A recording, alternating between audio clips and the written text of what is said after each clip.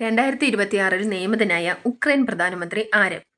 2026 നിയമിതനായ Ukraine പ്രധാനമന്ത്രി ആരാണ്? Serhiy കൊററ്റ്സ്കി.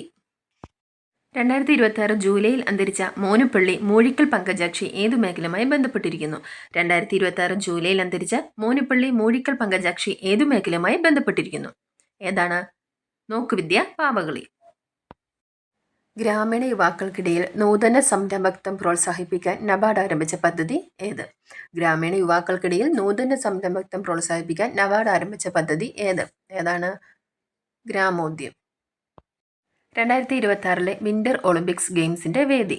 2026 winter Olympics games വേദി ഏതാണ്? എവിടെയാണ്? ഇറ്റലി. ലോക കേരള സഭയുടെ 5ാം പതിപ്പിന്റെ വേദി. ലോക കേരള സഭയുടെ 5ാം പതിപ്പിന്റെ വേദി ഏതാണ്? തിരുവനന്തപുരം. 38ാമത് കേരള ശാസ്ത്ര കോൺഗ്രസിന്റെ വേദി ഏത്? 38ാമത് കേരള ശാസ്ത്ര കോൺഗ്രസിന്റെ വേദി എറണാകുളം. ഇന്ത്യയും ദക്ഷിണ കൊറിയയും തമ്മിലുള്ള ആദ്യത്തെ ഉഭയകക്ഷി നാവികാഭ്യാസം ഏത്? ഇന്ത്യയും ദക്ഷിണ കൊറിയയും തമ്മിലുള്ള ആദ്യത്തെ ഉഭയകക്ഷി നാവികാഭ്യാസം ഏതാണ്? ബുസാൻ. 2025 ജനുവരിയിൽ വിരമിച്ച ഇന്ത്യൻ ബാഡ്മിന്റൺ താരം ആര്?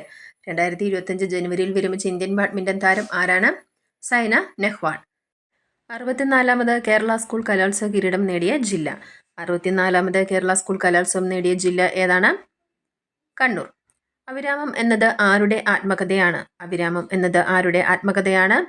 കെ സച്ചിദാനന്ദൻ. AR 4114 എന്നത് എന്താണ്?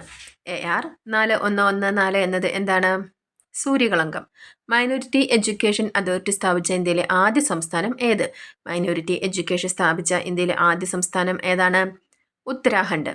ദക്ഷിണേന്ത്യയിലെ ഏറ്റവും വലിയ ഗോത്രവർഗ മ്യൂസിയം നിലവിൽ വരുന്നത് എവിടെ? ദക്ഷിണേന്ത്യയിലെ ഏറ്റവും വലിയ ഗോത്രവർഗ മ്യൂസിയം നിലവിൽ വരുന്നത് എവിടെയാണ്? പൊഴുതന, വയനാട്.